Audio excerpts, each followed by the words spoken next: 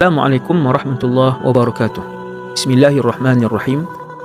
Hadis daripada Sayyidina Zaid Maula Rasulillah, diriwayatkan oleh Abu Daud dan Tirmizi, hadis sahih. Maksudnya, siapa boleh sebut Astaghfirullah alladzi la ilaha illa huwal hayyul qayyum wa atubu ilaih, 7 saat, Allah Ta'ala kata diampunkan dosa-dosanya, sekalipun dosa itu sebesar dia melarikan diri daripada medan perang. Berperang, berjihad ketika mana perlu adalah wajib fardu. Orang yang lari medan perang berdosa besar, satu daripada 7 dosa besar yang memusnahkan seseorang.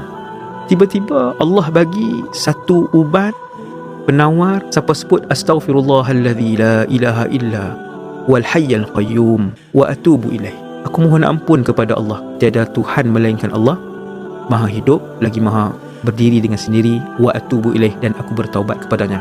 Jom amal sunnah Nabi, minta Allah Ta'ala bantu untuk kita amalkan